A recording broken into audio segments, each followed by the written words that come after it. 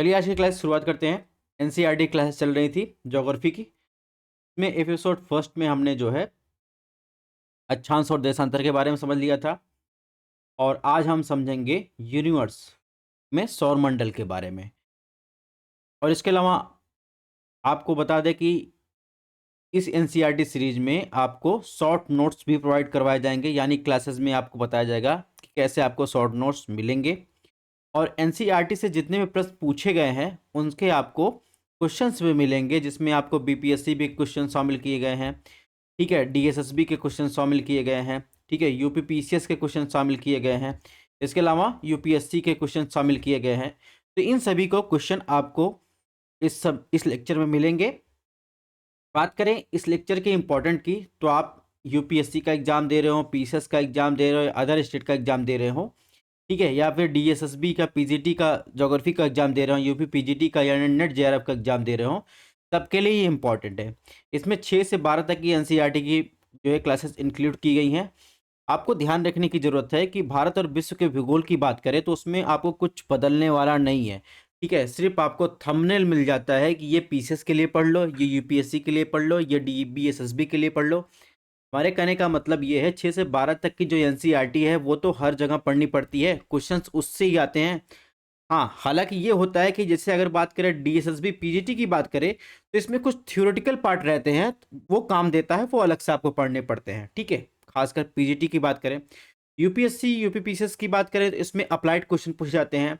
तो इस लेक्चर के दौरान जहां भी जो चीज़ जरूरत पड़ेगी, जिस पर जोर देने की जरूरत पड़ेगी, चाहे वो पीसीएस के लिए हो, यूपीएससी के लिए हो, पीजीटी के लिए हो, उस पे हम आपको ध्यान आपका उस पे दिलवाते चलेंगे, आपको उसको ध्यान देते रहना है। इसके अलावा बात करें तो अगर आपको क्लासेस की पीडीएफ की नीड है तो आपको हमारा टेलीग्राम चैनल और व्हाट्सएप पेज ज्वाइन करना पड़ेगा। आप स्कैन कर सकते हैं, डिस्क्रिप्शन बॉक्स में लिंक मिल जाएगी, वहाँ से आप ज्वाइन कर सकते हैं, हमारे चैनल को सब्सक्राइब भी कर सकते हैं, ठीक है। ध्यान रखिएगा पीडीएफ आपको इन दोनों प्लेटफॉर्म पर मिलेगा, ठीक है। समझ में आ गया।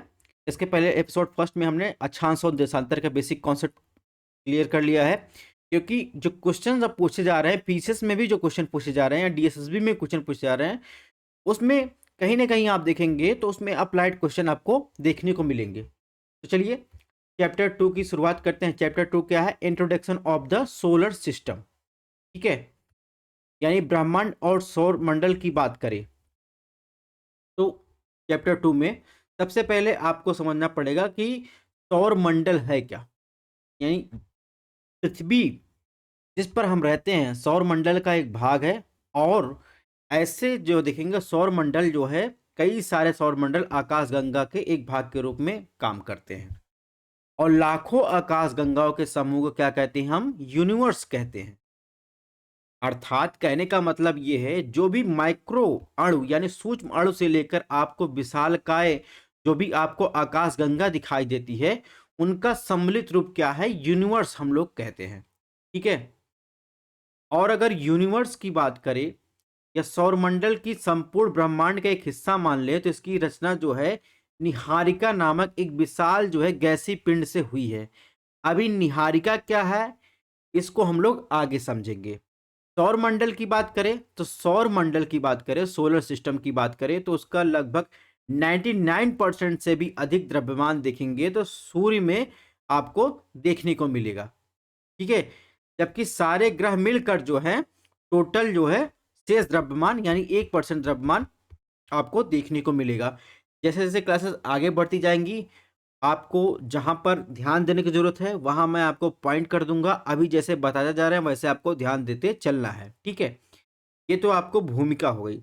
अब कभी कभी क्या होता है कुछ कॉन्सेप्ट पूछ लिए जाते हैं, तो उन कॉन्सेप्ट को भी हमको याद रखना चाहिए। जैसे कथन दे दिया जाए पृथ्वी ब्रह्मांड के केंद्र में है तथा सूर्य अन्य ग्रह इसकी परिक्रमा करते हैं, किसने कहा था? तो टॉलमी ने अपनी जियोसेंट्रिक की अवधारणा में इसे बताया था।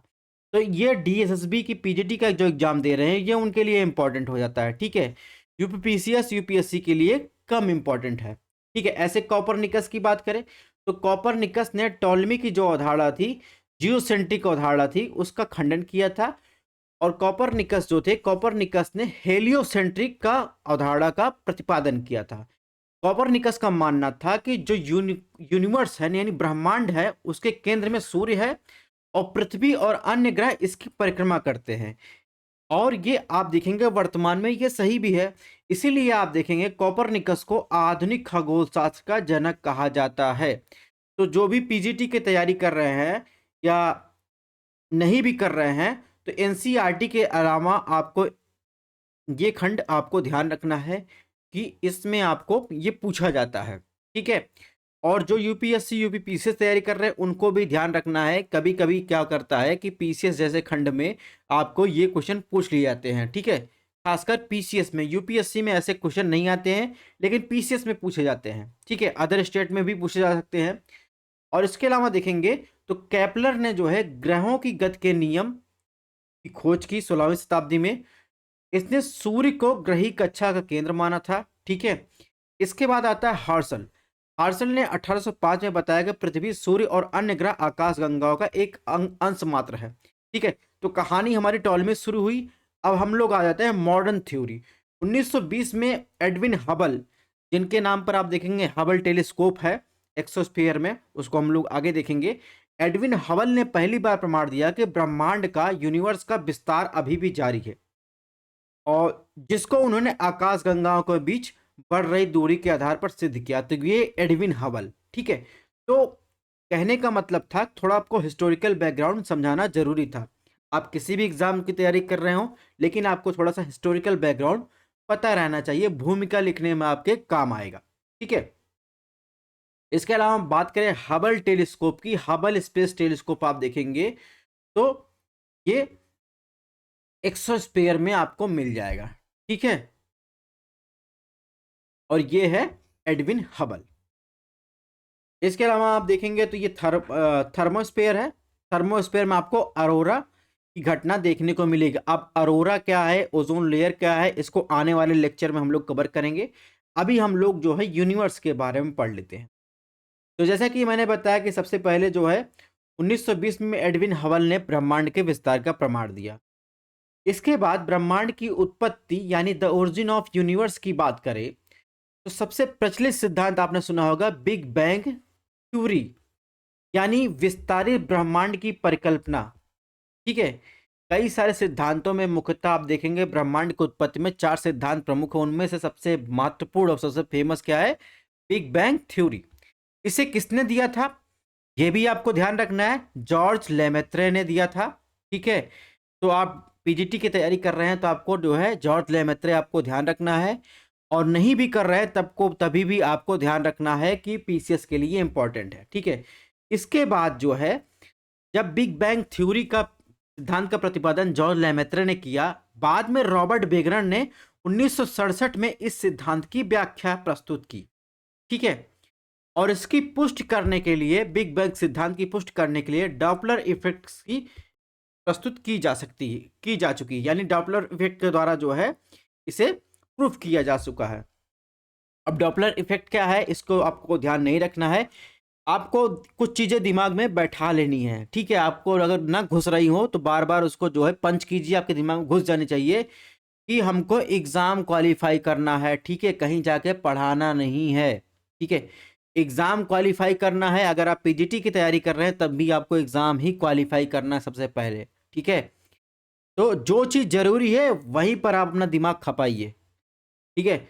और इस सिद्धांत के अनुसार आप देखेंगे तो ब्रह्मांड लगभग देखेंगे तो 13.7 अरब वर्ष पूर्व भारी पदार्थों से निर्मित एक गोलाकार सूक्ष्म पिंड था, जिसका आयतन अत्यधिक सूक्ष्म और ताप और घनत्व जो था वो बहुत ज्यादा था। ठीक है। और जब बिग बैंग की प्रक्रिया हुई तो इसके अंदर देखेंगे महाविस्फोट हुआ और ब्रह्मांड की उत्पत्ति हुई। यानी पहले क्या था, ठोस जो है एक बहुत ज्यादा डेंस मटेरियल था।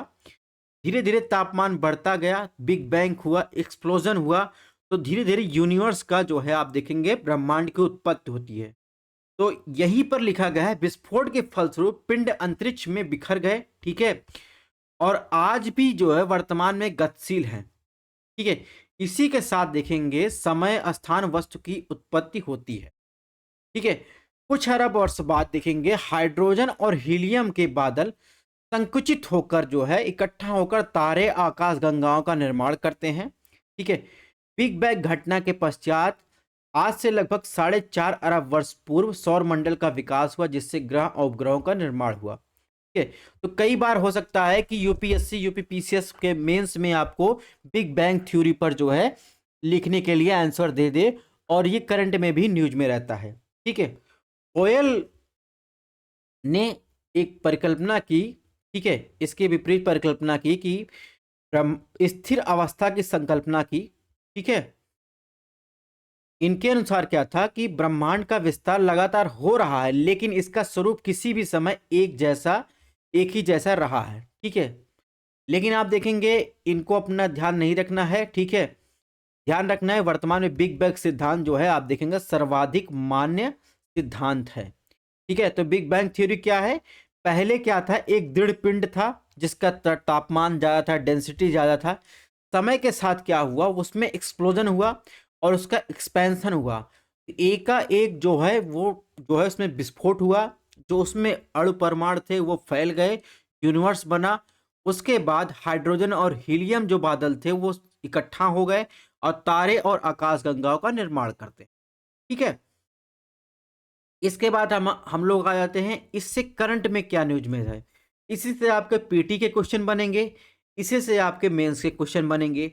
जैसे इसमें चर्चा में था कि हाल ही में एक अध्ययन में प्रारंभिक ब्रह्मांड के काल विस्तार में को प्रदर्शित करने के लिए क्वासर के तीव्र ब्लैक होल की अवलोकन का उपयोग किया गया। ठीक है, अब इसमें आपको ध्यान क्या रखना है पीटी के लिए, क्वासर है क्या?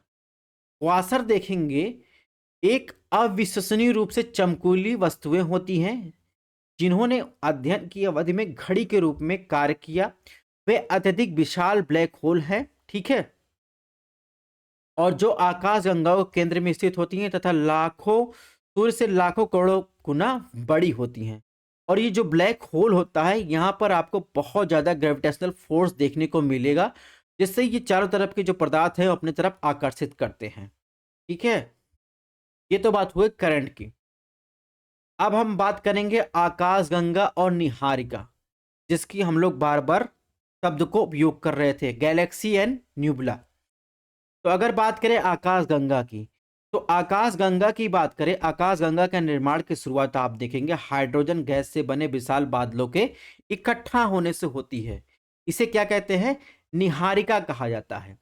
ठीक है, इस बढ़ती हुई निहारिका में गैस के झुंड विकसित हुए और झुंड बढ़ते बढ़ते घने गैसीय पिंड बने, जिनसे तारों का निर्माण होता है।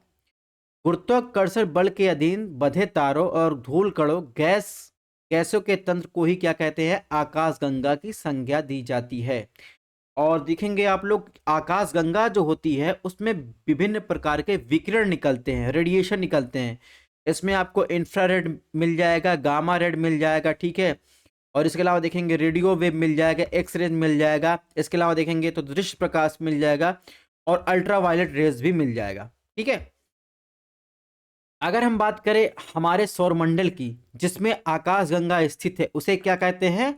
उसे हम लोग मंदाकिनी कहते हैं। ठीक है, यह क्या होता है? एक सर्पिलाकार आकृति होती है और कई आकाशगंगाओं के वृहद समूह का एक सदस्य होता है, जिसे स्थानीय समूह कहा जाता है। ठीक है, और देखेंगे इसके जो मंदाकिनी होती है उसके 3 घूर्णनशील भुजाएं और एक केंद्र होता है।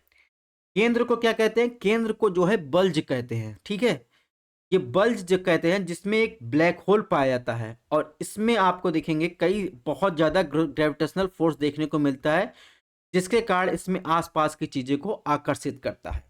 ठीक है, और मंदाकिनी जो तीसरी भुजा होती है उसमें नए तारों का जन्म होता है। ठीक है, मंदाकिनी का वह भाग जो पृथ्वी से प्रकाश सरिता के समान दिखाई देता है उसे क्या कहा जाता है? स्वर्ग की गंगा या मिल्की वे कहा जाता है। यह हमारी आकाशगंगा का ही भाग है। ठीक है, और बात करें मंदाकिनी के सर्वाधिक पास स्थित आकाशगंगा को क्या कहते हैं? एंड्रोमेडा कहते हैं। ठीक है, एंड्रोमेडा शब्द आपको ध्यान रखना है। ये क्या है? एक आकाशगंगा है। ओरियन नेबुला क्या है? ओरियन नेबुला हमारी आकाशगंगा मंदाकिनी का सबसे शीतल और चमकीले तारों का क्षेत्र है। तो आपको ये कीवर्ड आपको ध्यान रखने हैं एग्जाम के लिए। Andromeda, Orion nebula. ठीक है। आकाश गंगाओं के प्रतिसरण नियम के प्रतिपादक कौन थे? Edwin Hubble. अगर आप पीजीटी का एग्जाम दे रहे हैं तो आपको ये फैक्ट ध्यान रखना है कि आकाश गंगाओं के प्रतिसरण नियम के प्रतिपादक कौन थे? Edwin Hubble. मंदाकिनी को गैलीलियो ने सबसे पहले देखा था। तो ये फैक्ट आपको पीजीटी के लिए ध्यान रखना है। ठीक है। यूपीएससी में और पीसीएस में ऐसे क्वेश्चन नहीं पूछे जाते हैं। नेक्स्ट क्वेश्चन की बात करें, तारों के जन्म और विकास की बात करते हैं। Origin and evolution of star की बात करते हैं। तो तारों का जो लाइफ साइकिल होता है बहुत लंबा होता है। ठीक है। इसमें बिलियंस ऑफ ईयर लगते हैं कि तारों के पैदा होने से लेकर जो है आप देखेंगे तारों के मृत होने तक क्या कहते हैं, बिलियंस ऑफ ईयर लगते हैं। ठीक है। तो उनकी कुछ अवस्थाएं होती हैं। ठीक है। जो ब्रह्मांड में उपस्थित गैसों की धूल कण और बादलों के गुरुत्वाकर्षण बल के कारण आकाशगंगा केंद्र में एक नाभिकीय संलयन की प्रक्रिया शुरू हो जाती है और हाइड्रोजन हीलियम के बदलने के कारण नवीन तारों का निर्माण होता है। इन्हीं बादलों को क्या कहते हैं? स्टेलर नर्सरी कहा जाता है। दूसरा जो चरण होता है उसमें प्रोटोस्टार होता ही नहीं, आदि तारा कहते हैं। यानी आकाश गंगा में हाइड्रोजन का बादल जो है बड़ा होता है, गुरुत्वाकर्षण बल के प्रभाव से गैसीय पिंड सिकुड़ने लगता है और तारे के जन्म का प्रारंभिक स्वरूप होता है। ठीक है। इसके बाद देखेंगे जब पूर्ण तारा बन जाता है, ठीक है, तो आदि तारा क्या होता है? आदि तारे के सिकुड़ने से गैस के बादलों में परमाणुओं की टक्कर की संख्या के बढ़ने से हाइड्रोजन के हीलियम के बदलने की प्रक्रिया प्रारंभ हो जाती है। इस अवस्था को दोस्तों क्या कहते हैं? पूर्ण तारा कहते हैं। और ये तारा आप देखेंगे बहुत ज्यादा प्रकाशवान और प्रकाश उत्पन्न करता है। ठीक है। तो ये तो बात हो गई तारा कैसे ओरिजिन होता है, इवोल्यूशन कैसे होता है।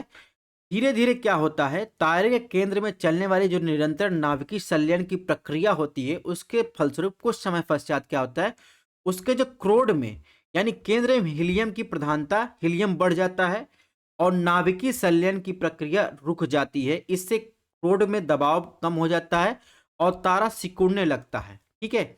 और धीरे धीरे क्या होता है,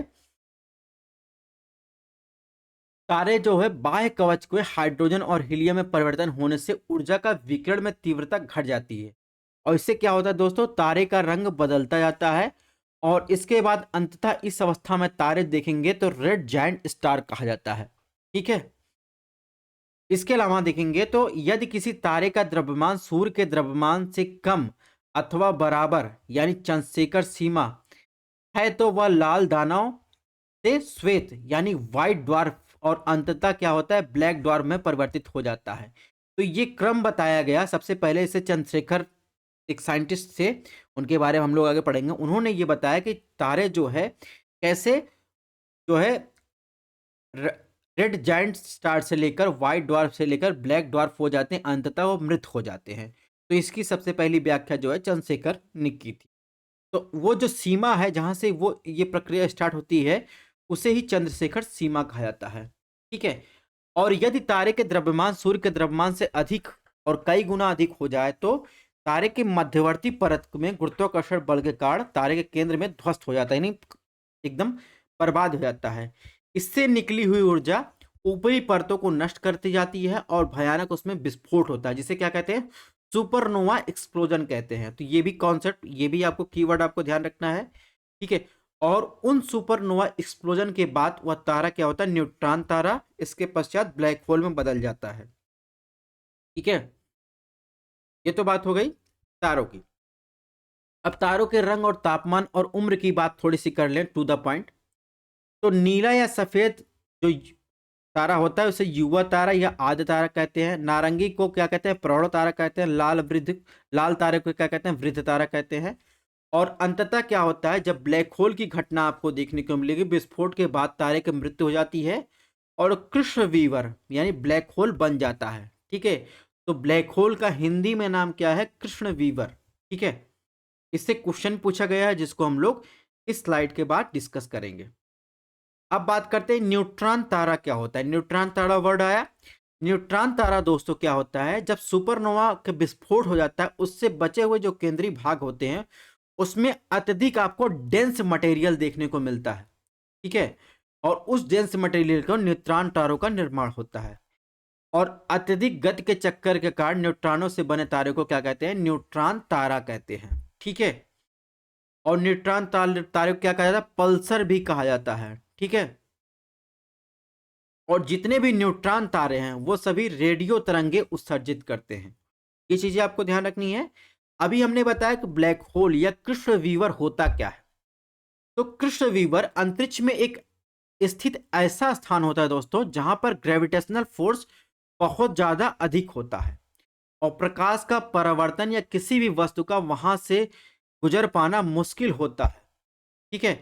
और इसे जो है आप देखेंगे ब्लैक होल से दूरबीन से भी नहीं देखा जा सकता है। कृष्ण वीवर की पुष्टि प्रकाश के अपने पथ के विचलन द्वारा की जाती है। तो यहाँ पे आपको ध्यान रखना है, अगर ऑप्शन में पूछ लिया जाए कि ब्लैक होल को दूरबीन से देखा जा सकता है, तो आपको बताना है कि नहीं, दूरबीन से नहीं देखा नहीं जा सकता है, बल्कि ब्लैक होल की पुष्टि प्रकाश के विचलन से की जाती है।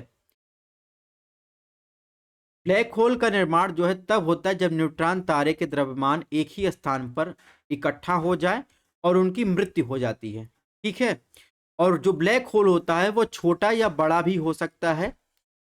छोटे ब्लैक होल एक परमाणु जितने छोटे हो सकते हैं, लेकिन उनका द्रव्यमान बहुत ज्यादा अधिक होता है। ठीक है। और जिन तारों का द्रव्यमान सूर्य के द्रव्यमान से 3 गुने से अधिक होता है, वे विघटित होकर अंततः ब्लैक होल में आपको दिखाई देंगे। ठीक है। अब चंद्रशेखर की बात करें तो चंद्रशेखर लिमिट की बात कर लेते हैं। चंद्रशेखर जो थे वो भारतीय मूल के अमेरिकी खगोल भौतिकविद थे। ठीक है। जिन्होंने जो है व्हाइट ड्वार्फ स्टार के जीवन की अवस्था के बारे में सिद्धांत प्रतिपादित किया। इनके अनुसार बताया गया कि 1.44 सौर द्रव्यमान की श्वेत वामन यानी व्हाइट ड्वार्फ के द्रव्यमान की ऊपरी सीमा है। इसे ही चंद्रशेखर सीमा कहते हैं। ध्यान रखिएगा, पीसीएस में जो है इससे क्वेश्चन 2018 में पूछा गया है, इसको आपको ध्यान रखना है। ठीक है। एस चंद्रशेखर को संयुक्त रूप से नाभिकीय खगोल भौतिकी में W.A. फाउलर के साथ 1983 में नोबेल पुरस्कार भी दिया गया था। तो ध्यान रखिएगा, इससे क्वेश्चन पीसीएस में आए हैं। अब ये देखिए, क्वेश्चन पीसीएस प्री में पूछा गया 2001 में, 2003 में। ब्लैक होल से कथन दिया गया था, ब्लैक होल एक ऐसा खगोलीय अस्तित्व है जिसे दूरबीन से नहीं देखा जा सकता। सेम ऑप्शन दिया गया है। कारण बताया गया है कि कृष्ण छिद्र यानी ब्लैक होल गुरुत्वीय क्षेत्र का इतना प्रबल होता है कि प्रकाश को भी बच निकलने नहीं देता है। तो आपको बताना है कि कौन सा कथन इसमें सही है, ए बी सी डी में। तो आपको ध्यान रखना है कारण क्या है, कारण सही है और कथन भी सही है। तो आप देखेंगे इसमें ऑप्शन ए सही हो जाएगा, अभी हमने बताया। ठीक है। अब ये तो बात हो गई तारों की। अब बात करते हैं नक्षत्र क्या होता है। नक्षत्र वैसे आपने सुना होगा, कुछ प्रमुख नक्षत्र है चित्रा, हस्त, विशाख, श्रवण, घनिष्ठा, माघा, आद्रा, अनुराधा, रोहिणी नक्षत्र। तो नक्षत्र क्या होता है, एक निश्चित आकृति में व्यवस्थित तारों के समूह क्या कहते हैं, नक्षत्र कहते हैं। ठीक है। इनकी संख्या 27 है। ठीक है। और यह आकाश में आपको पृथ्वी के चतुर्दिक स्थित आपको दिखाई देगी, रात में दिखाई पड़ते हैं। ठीक है। इससे एक क्वेश्चन पूछा गया यूपी पीएससी 2013 में क्वेश्चन पूछा गया, एक निश्चित आकृति में व्यवस्थित ताराओं के समूह को क्या कहते हैं, आकाश गंगा, एंड्रोमेडा, सौर मंडल या फिर नक्षत्र। तो अभी मैंने बताया इसे नक्षत्र कहते हैं। ठीक है। एंड्रोमेडा क्या है, आकाश गंगा एक है। ठीक है। नेक्स्ट क्वेश्चन बात करते, सॉरी नेक्स्ट टॉप बात करें तो तारा मंडल किसे कहते हैं। ठीक है। तो आकाश में आपको कुछ तारे सुंदर आकृतियों के रूप में दिखाई देते हैं, एकदम व्यवस्थित आपको दिखाई देंगे। ठीक है। गांव में तो आपको जब साफ आसमान रहता है तो वहां पे दिखाई देता है, उसे क्या कहते हैं, तारा मंडल कहते हैं। ठीक है। इंटरनेशनल एस्ट्रोनॉमिकल यूनियन ने यानी IAU ने के अनुसार इनकी संख्या 88 मानी गई है। तो ये भी फैक्चुअल इंफॉर्मेशन आपको ध्यान रखना है। ठीक है। अब पोलर स्टार की बात करें तो आपको उत्तरी ध्रुव पर स्थित इस तारे को क्या कहते हैं, ध्रुव तारा कहते हैं। यह आकाश में हमेशा एक ही स्थान पर दिखता है। यहाँ ध्यान रखना है, ये दिशा से क्वेश्चन जो है पीछे से पूछा गया है। ध्रुव तारे के स्थित को लेकर जो है क्वेश्चन जो है आपको देखेंगे PYQ में पूछे गए हैं। ठीक है। इसे क्या कहते हैं, लिटिल या बियर तारा समूह भी कहते हैं। सप्तऋषि जो होते हैं, सप्तऋषि की सहायता ध्रुव तारे की स्थिति पता लगाई जा सकती है। ठीक है, तो ये आपको ध्यान रखना है, उत्तर में इसकी स्थिति होती है। अब बात करते हैं structure of the solar system की। ठीक है, अब आ गए हम लोग मेन पॉइंट पे। तो सोलर सिस्टम या सौर मंडल की बात करें तो सूर्य, पृथ्वी और विभिन्न ग्रहों उपग्रहों के विभिन्न उपग्रहों अन्य खगोलीय पिंडों का एक परिवार है। क्या है? सोलर मंडल या सोलर सिस्टम, जिसमें सूर्य क्या है? सूर्य एक तारा है, यानी सूर्य क्या है? सभी ग्रहों का क्या है, या अगर बात करें तो मूल रूप से क्या है? दिल है। ठीक है, सभी ग्रहों का दिल है। 8 जो ज्ञात तारे हैं उसमें बुध, शुक्र, पृथ्वी, मंगल, बृहस्पति, शनि, अरुण, वरुण है। ठीक है, और ये देखेंगे, ये सूर्य की परिक्रमा देखेंगे, पैराबोलिक पाथ में सूर्य की परिक्रमा करते हैं, पर्यावलाकार में। ठीक है, सूर्य हमारे सौर मंडल के केंद्र में स्थित है। ठीक है, और पूरे सौर परिवार के लिए यानी इन सभी ग्रहों के लिए ऊर्जा प्रकाश का प्रमुख स्रोत है। इस आधार पर इसे 2 वर्गों में बांटा गया है। अब आपको यहाँ पर ध्यान देना है, चाहे आप किसी भी एग्जाम की तैयारी कर रहे हो। सबसे पहला खगोलीय पिंड यानी टेरेस्ट्रियल बॉडी। ठीक है, जिनके पास अपनी ऊष्मा प्रकाश होता है जैसे तारे। खगोलीय पिंड जिनके पास अपनी ऊष्मा तथा प्रकाश नहीं होता, ये प्रकाश के लिए सूर्य के समान तारों पर निर्भर रहते हैं। ने क्या? ग्रह। ठीक है, जो ग्रह क्या है वो दूसरों पर निर्भर रहते हैं। तारे के पास जो है अपने स्वयं का प्रकाश होता है। ठीक है, तो खगोलीय पिंड को आपको ध्यान रखना है। तो 2 वर्गों में हो गया, एक तो तारा जिनके पास स्वयं का प्रकाश होता है, दूसरा जो ग्रह है पृथ्वी जैसे ग्रह वो दूसरों पर डिपेंडेंट रहते हैं प्रकाश के लिए। ठीक है, जैसे सूर्य पर हम लोग डिपेंडेंट हैं। इसके अलावा बात करें तो अब बात कर लें कुछ सूर्य से दूरी की खगोलीय इकाई की बात कर लेते हैं। ठीक है, कुछ माप इकाइयों की बात करें, पृथ्वी से सूर्य की दूरी की बात करें। प्रकाश वर्ष, लाइट ईयर क्या है? ये समय का नहीं बल्कि दूरी का मापक है, इसको आपको ध्यान रखना है। एक प्रकाश वर्ष में 1,86,000 मील प्रति सेकंड वेग से तय की गई दूरी को क्या कहते हैं? प्रकाश वर्ष कहा जाता है। यानी अगर न्यूमेरिक पूछा जाए तो 9.461 इंटू 10 किलोमीटर, ये क्या है? एक प्रकाश वर्ष का दूरी है। पारसेक की बात करें तो पारसेक भी दूरी का मापक है, जो लगभग 3.3 प्रकाश वर्ष के बराबर होता है। ये फैक्चुअल इंफॉर्मेशन आपको ध्यान रखना है, कहीं भी पूछा जा सकता है। कॉस्मिक ईयर यानी ब्रह्मांड वर्ष क्या होता है? सूर्य सौर मंडल के अन्य सदस्यों सहित मंदाकिनी आकाशगंगा की एक परिक्रमा लगभग 25 करोड़ वर्ष में पूरी करता है। इस अवधि को क्या कहते हैं? कॉस्मिक ईयर कहते हैं। खगोलीय इकाई क्या कहते हैं? एस्ट्रोनॉमिकल यूनिट किसे कहते हैं? ये सूर्य से पृथ्वी के मध्य औसत दूरी को क्या कहते हैं? खगोलीय इकाई कहते हैं। और ये औसत दूरी कितनी है? 14,95,98,000 किलोमीटर के बराबर है लगभग। ठीक है, अब इसके अलावा और क्या ध्यान रखना है खासकर पीसीएस और पीजीटी के लिए? इसमें आपको ध्यान रखना है किसके पास मैक्सिमम जो है उपग्रह है। तो मैक्सिमम उपग्रह आपको देखने के मिल जाएंगे जुपिटर यानी बृहस्पति के बाद, उसके बाद आता है शनि का नंबर 53। ठीक है, किसके पास एक भी ग्रह नहीं है? मरकरी के पास। ठीक है, वीनस के पास एक भी ग्रह नहीं है। अर्थ के पास एक ग्रह है मून। ठीक है, मार्स के पास 2 ग्रह। इस चार्ट में आपको और क्या ध्यान रखना है? एवरेज डिस्टेंस कभी कभी पूछ लेता है, तो आप अगर पीजीटी की तैयारी कर रहे हो तो पीजीटी की तैयारी के लिए इसको ध्यान रख सकते हैं। और इसके अलावा length of the day hover को कभी कभी पूछ लेता है, तो इसको भी आपको ध्यान रखना। ठीक है, रोटेशन पीरियड भी पीजीटी में पूछा जा सकता है, तो इसको आपको ध्यान रखना है क्योंकि ऐसे क्वेश्चन पूछे गए हैं। तो देखिए, ग्रह जिसका कोई उपग्रह नहीं है वह क्या है?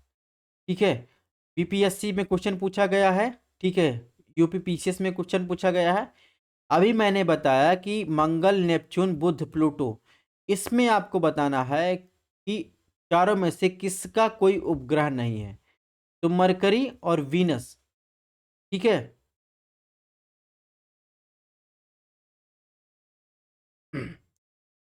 इसमें दोनों का उपग्रह नहीं है। ठीक है, तो इसमें क्या सही हो जाएगा? Option B. ठीक है, अब हम लोग देखते हैं सन। सन को क्या कहते हैं? द सन को क्या कहते हैं? Heart of the solar system कहते हैं। यानी ये हमारी पृथ्वी का, पूरे सोलर सिस्टम का क्या है? दिल है, जिसके माध्यम से पूरा एनर्जी मिलता है। ठीक है, अगर दोस्तों सूर्य की बात करें तो सूर्य क्या है? एक मध्यम आयु का तारा है। ठीक है, यानी क्या है? एक स्टार है। अब से पूछा जाए सूर्य क्या है? सूर्य भी एक स्टार है, जिसका व्यास लगभग देखेंगे 13.9 लाख किलोमीटर है। ठीक है, ये तो ध्यान रखना है। दूसरी बात इसमें इंपॉर्टेंट क्या आपको ध्यान रखना है, इसमें हाइड्रोजन आपसे पूछा जाए कितना परसेंट है, तो 70.6% है। शेष भाग देखेंगे 27.4% क्या है? हीलियम है। सूर्य का प्रकाश पृथ्वी पर 4 मिनट में पहुंचता है। तो टोटल फैक्चुअल जानकारी इसको आपको ध्यान रखना है। सूर्य अपने अक्ष पर जो है पश्चिम से पूर्व की तरफ घूमता है। ठीक है, इसकी घूर्णन अवधि क्या है?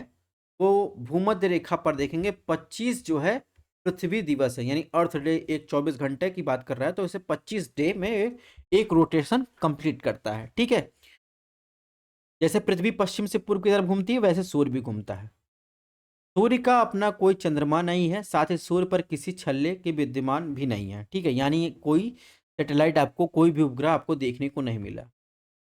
सूर्य की बात करें, सूर्य की संरचना को 6 क्षेत्रों में वर्गीकृत किया जाता है, जिसमें आपको देखेंगे केंद्र हो जाएगा, इनर जोन हो जाएगा।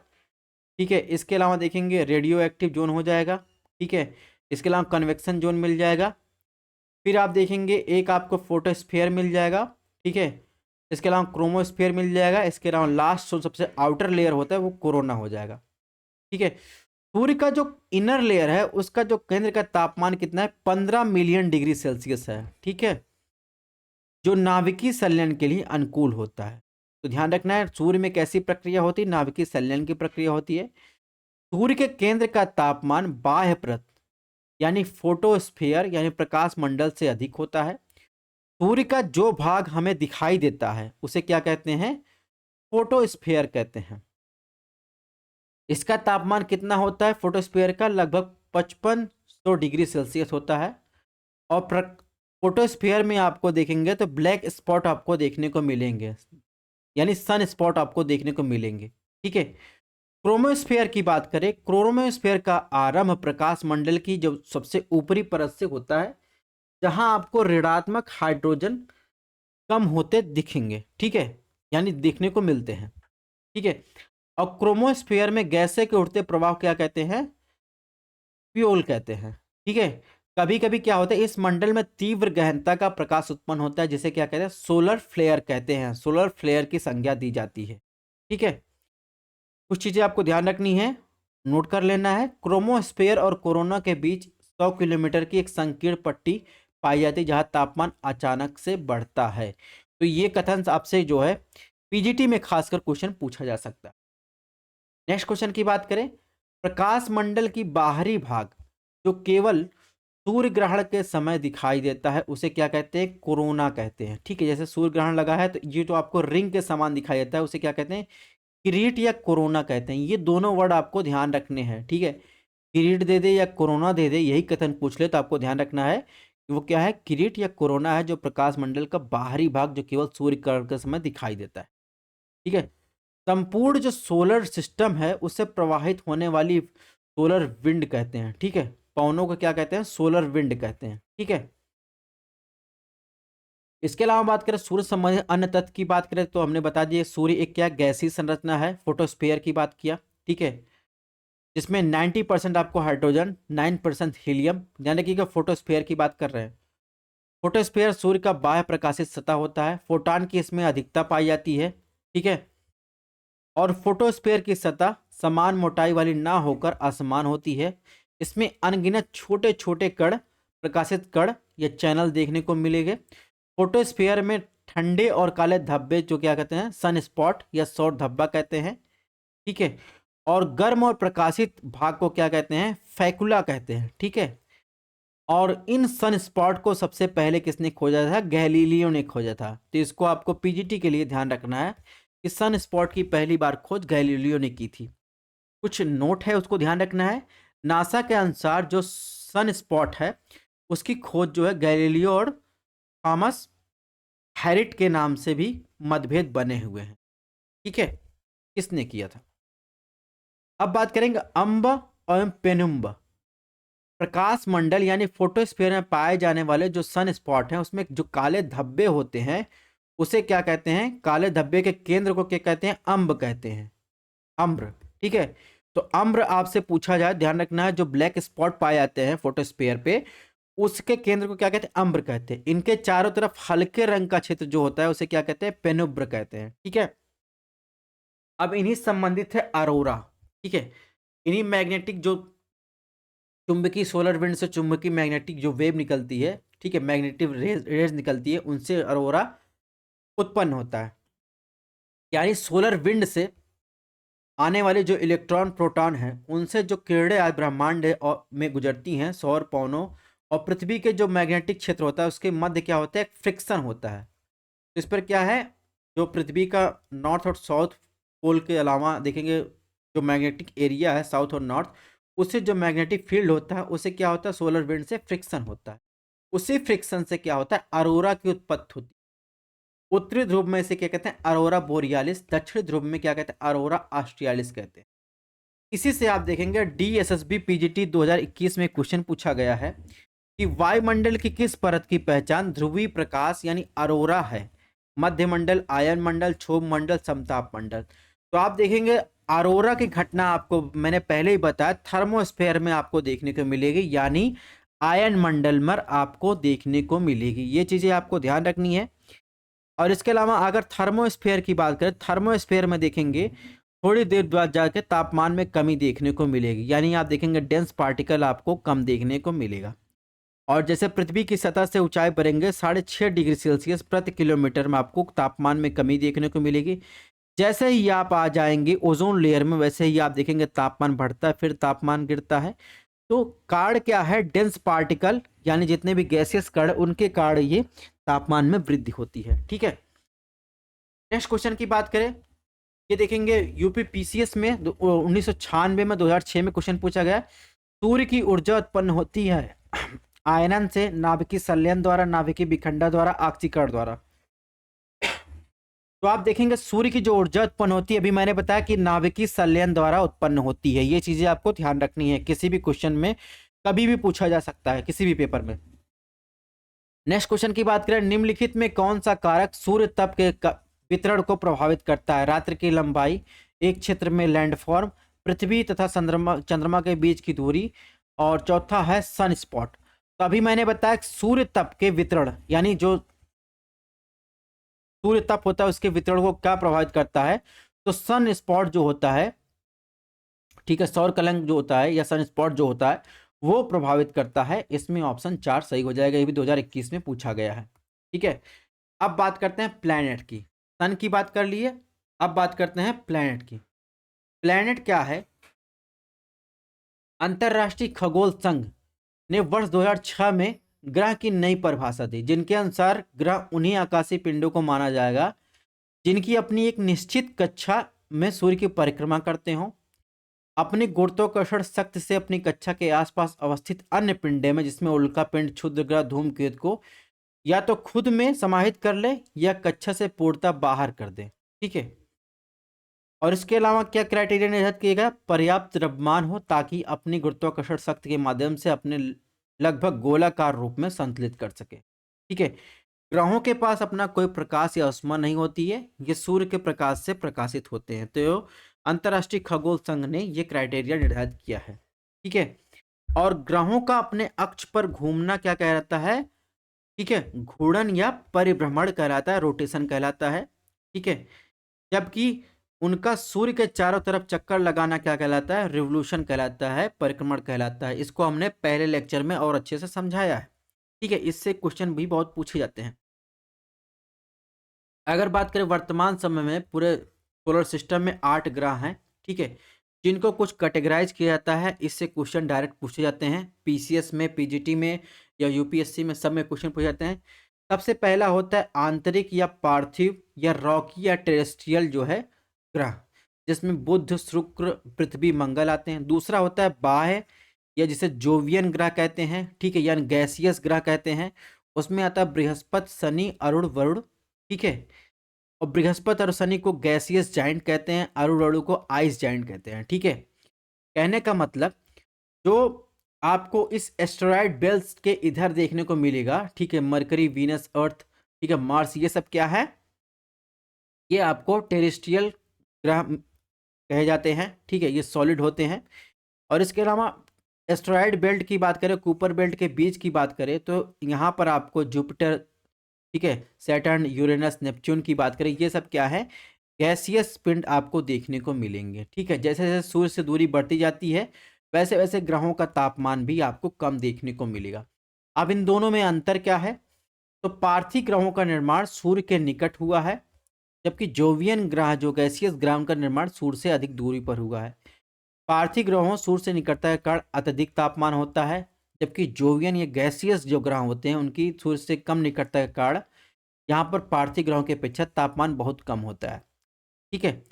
सूर्य के निकट जो वायु अधिक शक्तिशाली होने के कारण पार्थिव ग्रहों में धूल कण गैसों को उड़ाकर ले गई, अर्थात इन ग्रहों की अत्यधिक कमी पाई जाती है, ठीक है। और देखेंगे सूर्य से अधिक दूरी पर स्थित वायु शक्ति का कम प्रभाव आपको देखने को मिलेगा, ठीक है। पार्थिव जो ग्रहों में छोटे आकार के कारण इनकी गुरुत्वाकर्षण शक्ति कम होती है, जिससे गैस को अपनी और अधिक मात्रा में आकर्षित नहीं कर सकते हैं, जबकि इसकी अपेक्षा जो जोवियन ग्रह होते हैं बड़े आकार के कारण इनकी गुरुत्वाकर्षण शक्ति अधिक होती है, जिसके कारण गैसों का यहाँ पर संकेंद्रण पाया जाता है, ठीक है। इससे एक क्वेश्चन पूछा गया डीएसएसबी 2011 में पीजीटी में। इसने पूछा निम्नलिखित में कौन सा सामूहिक रूप से जोवियन ग्रहों नामक समूह बनाते हैं, शुक्र, पृथ्वी, मंगल, बृहस्पति, यानी गैसियस पिंड की बात कर रहा है, एस्टेरॉयड बेल्ट के इधर की बात कर रहा है, वो गैसियस पिंड की बात कर रहा है, ठीक है। बुध, शुक्र, पृथ्वी, मंगल, मंगल, बृहस्पति, यूरेनस होना चाहिए, Neptune, Brihaspati, Shani, Uranus, Neptune. तभी मैंने बताया कि इसमें जो है क्या है, बृहस्पति और शनि क्या है, गैसियस जाइंट है, यूरेनस, नेपच्यून क्या है, आप देखेंगे आइस जाइंट है, ये क्या है, ये आपको मिल जाएंगे जोवियन ग्रह कहे जाते हैं, ठीक है। अब बात करते हैं हम लोग मरकरी की। सबसे पहले सूर्य से सबसे निकटतम क्या है, ये सन से क्लोजेस्ट जो है पड़ोसी है, सन का सबसे नजदीकतम पड़ोसी है, क्या है, मरकरी, ठीक है, यानी बुध ग्रह। मरकरी क्या है, ये सूर्य के सबसे निकट का ग्रह है, सौर मंडल का सबसे छोटा ग्रह है। सूर्य की परिक्रमा करने में कम से कम 88 दिन का समय लगता है। तो यहाँ पर आपको पीजीटी दे रहे हैं तो आपको ध्यान रखना है। कक्षीय गति क्या होती है, सौर मंडल के अन्य ग्रहों की अपेक्षा सर्वाधिक होती है, यानी एक्सिस जो रोटेशन होता है 48 किलोमीटर प्रति सेकेंड की हिसाब से ये गति करता है, ठीक है। दिन के समय अत्यधिक गर्म, रात के समय अत्यधिक ठंडा, यहाँ तक बर्फीला होता है। इसलिए बुध जो ग्रह है यानी मरकरी में देखेंगे तापांतर आपको अन्य ग्रहों की अपेक्षा सर्वाधिक देखने को मिलेगा दिन और रात में, ठीक है। बुध के पास अपना कोई सैटेलाइट नहीं है, बुध में वायुमंडल का अभाव है, ठीक है। तो बुध ग्रह के लिए इतनी फैक्चुअल इंफॉर्मेशन काफी है। अब बात करेंगे वीनस की, यानी शुक्र ग्रह की। इसे पृथ्वी का सिस्टर कहा जाता है, यानी बहन कहा जाता है। क्यों कहा जाता है, इसको हम लोग आगे डिस्कस करते हैं। तो बात करें वीनस या शुक्र ग्रह की बात करें तो आप देखेंगे यह एक प्रेशर कुकर की भांति काम करता है, क्योंकि आप देखेंगे शुक्र ग्रह में वायुमंडल में अधिकतम कार्बन डाइऑक्साइड 90 से 95% तक होने के साथ ही इसमें प्रेशर कुकर जैसी स्थिति उत्पन्न होती रहती है। इसलिए सबसे गर्म ग्रह, ठीक है। सतह पर इसका तापमान 465 डिग्री सेल्सियस के आसपास रहता है, ठीक है। इसके चारों तरफ आप देखेंगे सल्फर डाइऑक्साइड के घने बादल आपको देखने को मिलेंगे, ठीक है।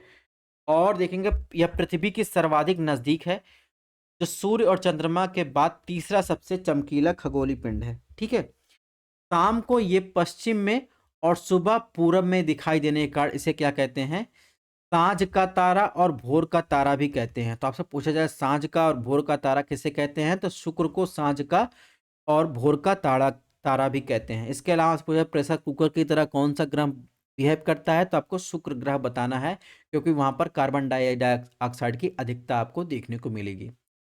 शुक्र एवं अरुण की परिक्रमा की दिशा के विपरीत देखेंगे, पूरब से पश्चिम जो होता है शुक्र और अरुण जो जो परिक्रमा की जो दिशा होती है वो देखेंगे जो सूर्य है वो पश्चिम से पूर्व, पृथ्वी पश्चिम से पूर्व की तरफ करता है, ठीक है। लेकिन शुक्र और अरुण क्या होता है, ये पूर्व से पश्चिम की तरफ करता है, यानी आप देखेंगे ये दक्षिणावर्त करता है, ठीक है। जबकि अन्य ग्रह का है वामावर्त करते हैं, ठीक है। बुध के समान इसका कोई जो है सैटेलाइट नहीं है, ठीक है। और ये पूरा परिक्रमण करने में 225 दिन का समय लेता है। और इसके अलावा घूर्णन यानी एक्सिस पर घूमने में 243 दिन का ये समय लेता है। इससे आप देखेंगे पूरे सौर मंडल में देखेंगे अन्य ग्रहों की अपेक्षा सर्वाधिक लंबे दिन और यहाँ पर रातें आपको देखने को मिलेंगी, ठीक है।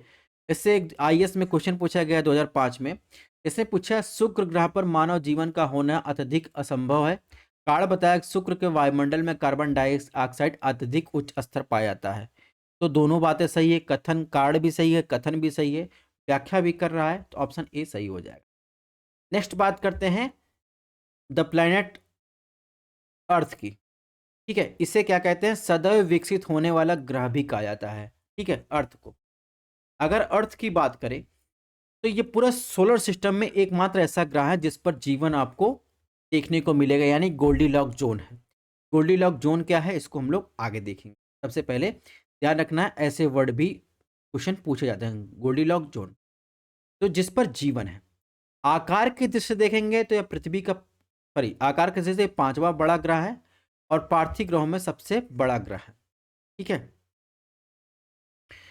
और वहीं सूर्य की दूरी के क्रम में तीसरे स्थान पर है। यह 23.5 डिग्री झुकी हुई है, ध्रुव के पास आप देखेंगे तो यह चपटी है, ठीक है। जिस इसके कारण आप देखेंगे पृथ्वी जो है ज्यूआइड के आकार की है। इसका कारण क्या है आपको देखना हो तो पहला लेक्चर हमारा एनसीईआरटी का देख लीजिए, उसमें विस्तार पूर्वक समाया गया दिखाया गया है। पृथ्वी पर जल की अधिकता का कारण इसे क्या कहते हैं, ब्लू प्लैनेट कहते हैं। और घूर्णन में कितना 23 घंटे 56 मिनट 4 सेकंड लेती है, ठीक है, अर्थात एक दिन लेती है। सूर्य के तरफ एक परिक्रमण करने में 365 दिन 5 घंटे 48 मिनट 46 सेकंड का समय लेती है, यानी लगभग जो है एक चक्कर लगाने में एक सौर वर्ष का समय लेती है, एक वर्ष का, ठीक है। सौर मंडल में सक्रिय ज्वालामुखी पाए जाने वाले 5 ग्रहों में से एक है। इसके अलावा बृहस्पति, शनि, शुक्र, वरुण ग्रहों पर आप देखेंगे एक्टिव वोल्केनो आपको देखने को मिलेगा। तो ये भी आपको टर्म ध्यान रखना है। चंद्रमा पृथ्वी का एकमात्र उपग्रह है, ठीक है।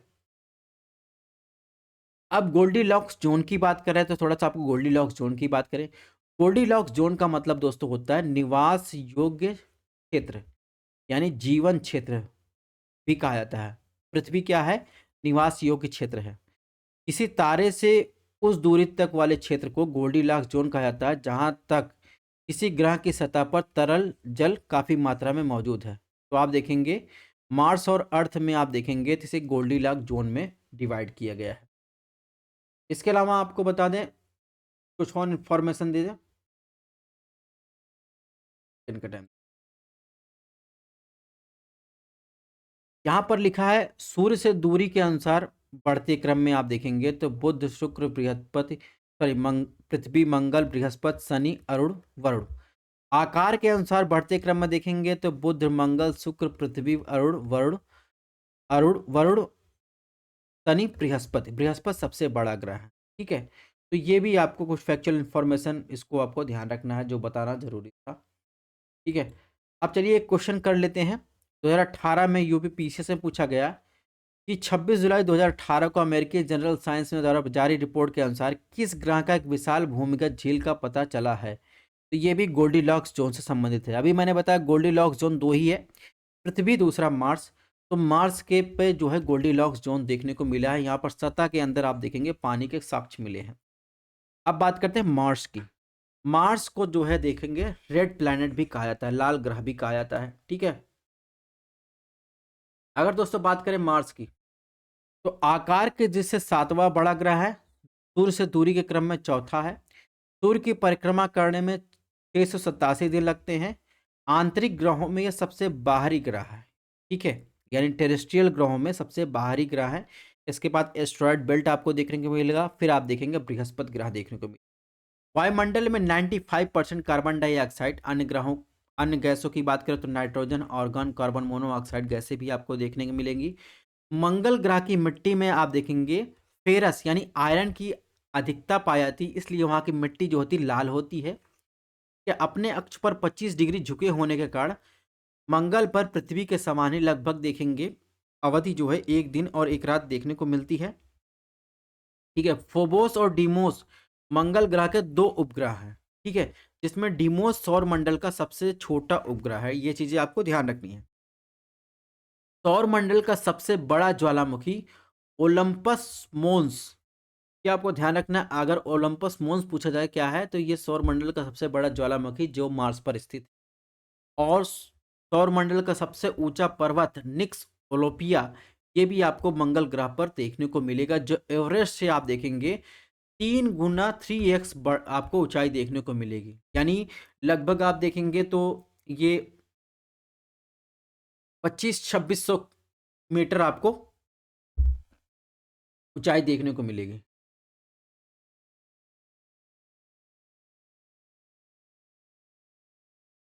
सॉरी, 1000 में जाएगा। ठीक है, अब नेक्स्ट ग्रह की बात करते हैं, जुपिटर। इसे कहते हैं जाइंट एमंग द जाइंट। ठीक है, तो जुपिटर की बात करें यानी बृहस्पति ग्रह की बात करें, सौरमंडल का सबसे बड़ा और सबसे भारी ग्रह है। सूर्य के दूरी के क्रम में 5वें स्थान पर आता है। 12 वर्षों में सूर्य की परिक्रमा पूरा करता है। अपने अक्ष पर यह लगभग देखेंगे 9 घंटे 56 मिनट पर एक चक्कर लगाता है। दूसरा सर्वाधिक उपग्रहों वाला ग्रह है। इसमें टोटल 79 सैटेलाइट हैं इसके पास। ठीक है, गैनमेड, कैलिस्ट्रो, लो, ठीक है, यूरोपा इसके सबसे बड़े उपग्रह है। गैनमेड इस सौरमंडल का सबसे बड़ा उपग्रह है। ठीक है, लो या आयो हमारे सौरमंडल का सर्वाधिक सक्रिय ज्वालामुखी वाला पिंड है। बृहस्पति ग्रह की खोज गैलीलियो ने की थी। ठीक है, बृहस्पति ग्रह का पलायन वेग जो होता है सौरमंडल का सर्वाधिक, अर्थात देखेंगे 59.6 किलोमीटर प्रति सेकंड की में ये घूमता है एक्सिस पर। ठीक है, बड़े आकार के कारण इसे तारा सदृश भी कहा जाता है, यानी इसे मास्टर ऑफ गॉड्स की उपमा भी दी गई है। ठीक है, यह तारा और ग्रह दोनों के गुण से युक्त है, यानी इसके पास स्वयं की रेडियो एनर्जी भी है। इसके पास वायुमंडल में हाइड्रोजन, हीलियम, मीथेन, अमोनिया जैसी गैसें पाई जाती हैं। इसलिए बृहस्पति को स्मॉल सोलर सिस्टम कहा जाता है। तो ये कथन आपको ध्यान रखना है, स्मॉल सोलर सिस्टम किसे कहा जाता है, बृहस्पति ग्रह को स्मॉल सोलर सिस्टम कहा जाता है। ठीक है, नासा द्वारा बृहस्पति के अध्ययन हेतु 2011 में जूनो मिशन भेजा गया था, जो 2016 में बृहस्पति पे पहुंचा था। ठीक है, तो ये भी ध्यान रखना है। बाकी और मिशन के बारे में हम लोग आगे चर्चा करेंगे। सैटर्न की बात करें तो इसे jewel of the solar system कहा जाता है। ठीक है, यानी आकार में दूसरा सबसे बड़ा ग्रह, सूर्य से दूरी के क्रम में 6वें स्थान पर है। ठीक है, जिसकी डेंसिटी 0.7 ग्राम प्रति घन सेंटीमीटर है, जो अन्य सभी ग्रहों में सबसे कम है। इसकी जो वायुमंडल की परत जो पीली दिखाई देती है वो अमोनिया के कणों के कारण होती है। ठीक है, और इसके अलावा जो छल्ले ये देखेंगे शनि ग्रह पे, जो छल्ले दिखाई देते हैं कुछ समय के लिए क्या होते हैं, लुप्त प्रतीत होते हैं, जिससे क्या कहते हैं, रिंग क्रॉसिंग कहते हैं। ठीक है, इसके अलावा देखेंगे तो वायुमंडल में बृहस्पति के समान हाइड्रोजन, हीलियम, मीथेन, अमोनियम गैसें पाई जाती हैं। इसे गैसों का गोला भी कहते हैं। ठीक है, घूर्णन का काल 10 घंटे 40 मिनट, परिक्रमण का काल 29 वर्ष होता है। ठीक है, शनि ग्रह का सबसे पहला खोज जो है टाइटन है। ठीक है, शनि ग्रह का सबसे पहला खोजा गया जो उपग्रह है वो क्या है, टाइटन है। ये आपको ध्यान रखना है, टाइटन किसका है। ठीक है, शनि ग्रह का फोबोस डीमोस किसका है, मंगल ग्रह का, ये ध्यान रखना है। ठीक है, इसके पास 82 उपग्रह हैं सबसे ज्यादा। ठीक है, एस्लेट्स जो है नामक उपग्रह सक्रिय ज्वालामुखी पाए जाते हैं। यह अंतिम सबसे लास्ट ग्रह है जिसे आप अपने आंखों से देख सकते हैं। ठीक है, टाइटन शनि ग्रह का सबसे बड़ा उपग्रह है, जबकि सौरमंडल का दूसरा सबसे बड़ा उपग्रह है। फोबे उपग्रह जो है शनि के अन्य ग्रहों की अपेक्षा विपरीत दिशा में परिभ्रमण करता है। नेक्स्ट बात करते हैं यूरेनस। इसे आइस जायंट कहते हैं पूरे सोलर सिस्टम। क्यों? क्योंकि सूर्य के साथ इसकी दूरी बहुत ज़्यादा है। ठीक है, आकार की दृष्टि में तीसरा सबसे बड़ा, सूर्य से दूरी के क्रम में 7वें स्थान पर है। तो जैसे जैसे सूर्य से दूरी बढ़ती जाती है वैसे ग्रहों का आप देखेंगे आकार भी आपको बड़ा देखने को मिलेगा। ठीक है, इसकी खोज जो की थे सर विलियम हर्सल ने किया था 1781 में। सूर्य की परिक्रमा करने में 84 वर्ष लगते हैं। ठीक है, और इसमें मीथेन गैस की अधिकता के कारण ये नीले रंग का दिखाई देता है। पृथ्वी पर पानी की अधिकता का कारण नीले रंग का दिखाया जाता है, इसमें मीथेन गैस की अधिकता का कारण नीले रंग का दिखाया जाता है, अरुण या यूरेनस। ठीक है, अच्छी झुकाव इतना ज्यादा है कि ये इसे लेटा हुआ ग्रह भी कहते हैं, तो ये फैक्चुअल इंफॉर्मेशन ध्यान रखनी है। लेटा हुआ ग्रह किसे कहते हैं? यूरेनस को कहते हैं। अपने अक्ष पर देखेंगे पूरब से पश्चिम की तरफ घूमता है। ठीक है, एक आप देखेंगे शुक्र ग्रह दोनों क्या है, पूरब पूरब से पश्चिम की तरफ घूमते हैं। ठीक है, अरुण ग्रह या यूरेनस शनि की तरह चारों ओर वलयाकार पाए जाते हैं, इसमें भी आप देखेंगे वलय यानी छल्ले पाए जाते हैं। नेक्स्ट बात करेंगे नेपच्यून, इसे भी आप देखेंगे सोलर सिस्टम का ब्लू जायंट कहते हैं। ठीक है, आकार में चौथा, सूर्य से दूरी क्रम में 8वें स्थान पर है। ठीक है, परिक्रमा करने में 165 वर्ष लेता है। ठीक है, जॉन काउच एडम ने और अबन ली वेलियर ने इस ग्रह की परिकल्पना तैयार की थी, और 1846 में ली वेलियर के मापदंडों के आधार पर देखेंगे जॉन गॉले ने इसकी खोज की थी। ठीक है, यह हरे नीले रंग का प्रतीत होता है, सर्वाधिक ठंडा ग्रह है। ठीक है, 14 ग्रह इसमें सैटेलाइट आपको मिल जाएंगे। ट्राइटन इसका प्रमुख उपग्रह है। ठीक है, अब बात करते हैं ड्वार्फ प्लैनेट की। तो ऐसे ग्रह जो आकार, द्रव्यमान, गुरुत्वाकर्षण बल और अपने परिभ्रमण चक्र में अंतरराष्ट्रीय खगोलीय संघ द्वारा 2006 में निर्धारित किए गए परिभाषा से भिन्नता रखते हैं, उन्हें बौने ग्रह की श्रेणी में रखा जाता है। इसके पहले मैंने बताया ग्रह किसे रखा जाता है, जैसे उसका विपरीत हो जाएगा, जो उसकी श्रेणी में उसके क्राइटेरिया में नहीं बैठेगा वो ड्वार्फ प्लैनेट में आ जाएगा। वर्तमान में सेरस, प्लूटो, एरिस, हेमिया, मैकमोक आज जो है आपको पौने ग्रह देखने को मिलेंगे। ठीक है, ध्यान रखना अगर आपसे पूछा जाए एस्ट्रॉयड बेल्ट किसके किसके बीच पाया जाता है, तो आपको बृहस्पति और मंगल ग्रह के बीच एस्ट्रॉयड बेल्ट पाया जाता है। ऊपर बेल्ट की बात की जाए तो ये आउटर लेयर होता है, यहाँ पर आपको जो है आइस के आपको कट देखने को मिलेंगे, और यहाँ पर टेरेस्ट्रियल आपको कट देखने के मिलेंगे। ठीक है, अब प्लूटो की बात करें तो 1930 में इसे क्लाउड टॉमबैग ने खोजा था। 2006 से पहले ये सौरमंडल का 9वां ग्रह था, सबसे छोटा। 2006 में इसे जो है पौने ग्रह में शामिल कर दिया गया। ठीक है, अब बात करते हैं क्यूपर बेल्ट के बारे में, पता चल गया। ठीक है, और एस्ट्रॉयड बेल्ट के बारे में आपको बता दिए। ठीक है, प्लूटो के बारे में बता दिए। अब थोड़ा सा फैक्चुअल इन्फॉर्मेशन देख लेते हैं, जैसे विभिन्न ग्रहों पर उपस्थित जो गैसेस के बारे में एक तो ध्यान रखना है।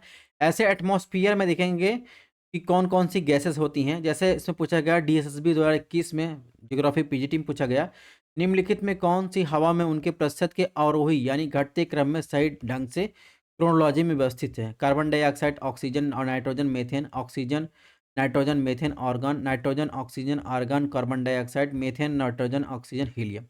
तो आप देखेंगे सबसे ज़्यादा 78% नाइट्रोजन, उसके बाद ऑक्सीजन, 1% में अन्य चीज़ें आएंगी। तो इसमें क्या सही हो जाएगा? ठीक है, इसमें हो जाएगा ऑप्शन 3। ऐसे ही इसमें शुक्र, पृथ्वी, मंगल, बृहस्पति और पे इसमें इससे क्वेश्चन नहीं पूछे जाते हैं, लेकिन आपको ये चीज़ें ध्यान रखनी है कि एटमॉस्फेयर में कौन सा आपको गैस मिलता है, और हो सकता है PGT में जो है क्वेश्चन इससे भी पूछा जाए, तो इसको भी आपको ध्यान रखना है। PDF आपको हमारे टेलीग्राम चैनल पर मिलेगा। अब बात करते हैं नेचुरल सैटेलाइट की, यानी मून की। ठीक है, मून भी तो नेचुरल सैटेलाइट है। वे आकाशीय पिंड जो अपने ग्रह की परिक्रमा करने के साथ साथ सूर्य की परिक्रमा करते हैं, उन्हें उपग्रह सैटेलाइट कहा जाता है। ठीक है, ग्रहों की बात भी इसमें अपनी चमक नहीं होती है, ये भी सूर्य तारों के प्रकाश से ही चमकते हैं। ठीक है, सबसे अधिक उपग्रह शनि के पास है, बुध और शुक्र के पास कोई उपग्रह नहीं है। ठीक है, चंद्रमा की बात करें तो चंद्रमा पृथ्वी का एकमात्र ऐसा प्राकृतिक उपग्रह है जो जिसको उत्पत्ति पृथ्वी के टुकड़े से मानी जाती है। पृथ्वी पर सॉरी चंद्रमा पर देखेंगे कोई वायुमंडल जो है आपको देखने को नहीं मिलेगा, और चंद्रमा का पथ जो देखेंगे परवलयाकार होता है, यानी दीर्घवृत्ताकार होता है, और पृथ्वी एवं चंद्रमा के बीच की दूरी घटती बढ़ती रहती है। जब पृथ्वी और चंद्रमा के बीच की दूरी न्यूनतम यानी सबसे कम होती है तो उसे क्या कहते हैं? पेरोजी कहते हैं। ठीक है, ऐसे जब पृथ्वी सूर्य से सबसे न्यूनतम दूरी पर होता है तो उसे क्या कहते हैं? अपसौर सॉरी उपसौर कहते हैं, और जब अधिकतम होता है तो क्या कहते हैं? अपसौर कहते हैं। ऐसे अगर चंद्रमा और पृथ्वी की पूछें तो न्यूनतम में क्या कहते हैं? पेरोजी कहते हैं, और अधिकतम की बात करें तो उसे अपोजी कहते हैं। ठीक है, जस्ट इसका रिवर्स आप देखेंगे तो सेम ऐसे आपको सूर्य और पृथ्वी के बीच आपको देखने को मिले। चंद्रमा का परिक्रमण की अवधि 27 दिन 8 घंटा है। लगातार 4 पूर्ण चंद्रग्रहण संयोजन से ब्लड मून या डेट्रॉइड देखने को मिलेगा। इस अवस्था में चंद्रमा पूर्ण रूप से लाल प्रतीत आपको देखने को मिलेगा। तो ये देखिए, ये पृथ्वी सूर्य की परिक्रमा कर रहा है। इसमें एक 3 जनवरी का दिन आता है जिसे पेरीहिलियन कहते हैं, ठीक है, और 3 जुलाई का दिन आता है जिससे अधिकतम दूर होता है, इसे एपीहिलियन कहते हैं, ठीक है। ऐसे ही मून में भी होता है। नेक्स्ट बात करते हैं कॉमेट यानी पुच्छल तारा या धूमकेतु किसे कहते हैं। आकाश में आपको धूल, बर्फ और गैस से निर्मित पिंड निर्मित आपको देखने को मिलेगी। सूर्य के परिवलयाकार पथ पर अनियमित रूप से परिक्रमा करते हैं, जो एस्ट्रॉयड बेल्ट होते हैं। जब भी कोई धूमकेतु सूर्य के नजदीक पहुंच जाता है तो गर्म होने के बाद उससे गैसों के फुहारे निकलते हैं, जिससे पूंछ या संरचना का निर्माण यानी कॉमेट का निर्माण यानी पुच्छल तारे का निर्माण होता है, ठीक है। हाइली क्या है? एक पुच्छल तारा है जो पृथ्वी से प्रायः प्रत्येक 76 वर्ष बाद दिखाई देता है, जो पृथ्वी के पास गुजरने वाले किसी भी धूमकेतु के लिए सबसे कम अवधि है, ठीक है। इसके अलावा बात करें एस्ट्रॉयड, एस्ट्रॉयड की बेल्ट की बात की तो मंगल और बृहस्पति के बीच ये पाया जाता है, ठीक है। करोड़ों किलोमीटर आपको देखने को मिलेंगे और यह अन्य ग्रहों के समान दीर्घवृत्ताकार पथ में पश्चिम की पूर्व की तरफ जो है घड़ी की सुई के विपरीत दिशा में ये परिक्रमा करते हैं, ठीक है। तो ये चीज़ें आपको ध्यान रखना है। इसके अलावा देखेंगे सबसे बड़ा सर्वाधिक चमकीला जो है क्षुद्र ग्रह है, ठीक है, एस्ट्रॉयड है। जबकि 4 वेस्टा, 52 यूरोपा, 243 एडा, ठीक है, 1862 में अपोलो, 511 जो है डेविड, अन्य क्षुद्र ग्रह है, ठीक है। नेक्स्ट बात करते हैं उल्का पिंड या मेटेराइट्स की बात करें तो मंगल और बृहस्पति के मध्य जो क्षुद्र ग्रह एस्ट्रॉयड बेल्ट आपको देखने को मिलेगा, उसमें अरबों की संख्या में आपको उल्का देखने को मिलेंगे। परंतु आप देखेंगे वरुण ग्रह के पश्चात क्यूपर बेल्ट का उल्काओं का सबसे बड़ा स्रोत आपको देखने को मिलेगा क्यूपर बेल्ट में। और यही उल्का जब पृथ्वी के वायुमंडल में प्रवेश करते हैं तो क्या करते हैं, घर्षण की वजह से क्या होते हैं, इसमें आग लग जाती है। तो इसे ही आपको देखेंगे तो ये टूटता हुआ तारा देखने को आपको दिखाई देगा, यानी शूटिंग स्टार जिसे कहते हैं। तो ये कुछ नहीं और उल्का रहते हैं। लेकिन कुछ ऐसे उल्का पिंड होते हैं जो पृथ्वी पर पहुंचने से पहले ही जल जाते हैं। कुछ ऐसे होते हैं जो पृथ्वी की एटमॉस्फेयर में प्रवेश कर जाते हैं, उन्हें क्या कहते हैं, उल्का पिंड कहते हैं, ठीक है। ये तो बातें पता चल गई। अब बात करेंगे कुछ खगोलीय अभियान की। जैसे अपोलो मिशन की बात करें 1968 में चला गया नासा द्वारा जो है मून मिशन है। हाइबूसा 2003, हाइबूसा 2 2014 में जापान द्वारा उल्का पिंड यानी मेटेरॉइड्स के अध्ययन के लिए। प्रोसेटा मिशन 2004 में यूरोपियन स्पेस एजेंसी द्वारा यूनिवर्स के अध्ययन के लिए। कैसनी 1997 में नासा स्पेस और इटली एजेंसी द्वारा, इसके अलावा यूरोप एजेंसी भी शामिल है इसमें, शनि ग्रह के मिशन के अध्ययन के लिए। तो इससे भी फैक्चुअल क्वेश्चन पूछे जाते हैं, इसको आपको ध्यान रखना है। 2024 तक मंगल 2 जो है भारत द्वारा लॉन्च किया जाएगा मंगल मार्स के अध्ययन के लिए, ठीक है। इसके अलावा कुछ बुक हैं, उनके लेखक हैं। जैसे आपसे पूछा था a brief history of times, इस लेखक कौन है, Stephen Hawkings. The theory of everything, Stephen Hawkings लिखा है। The world is eyes to it, Albert Einstein ने। The mathematical theory of black holes, Subrahmanyan Chandrasekhar ने लिखा है। तो ये चीज़ें भी आपको ध्यान रहनी चाहिए, ये चीज़ें आपको एनसीईआरटी में नहीं मिलेगी, ठीक है। तो जो चीज़ें जरूरी है आपको एक ही क्लास में मिल जाएगा, ठीक है। चलिए एक क्वेश्चन देखते हैं, बीपीएससी में 2011 में पूछा गया है, निम्नलिखित में कौन सा सौर मंडल का भाग नहीं है, क्षुद्र ग्रह, धूमकेतु ग्रह, निहारिका। तो आपको बताना है कौन सा इसमें सौर मंडल का भाग नहीं है।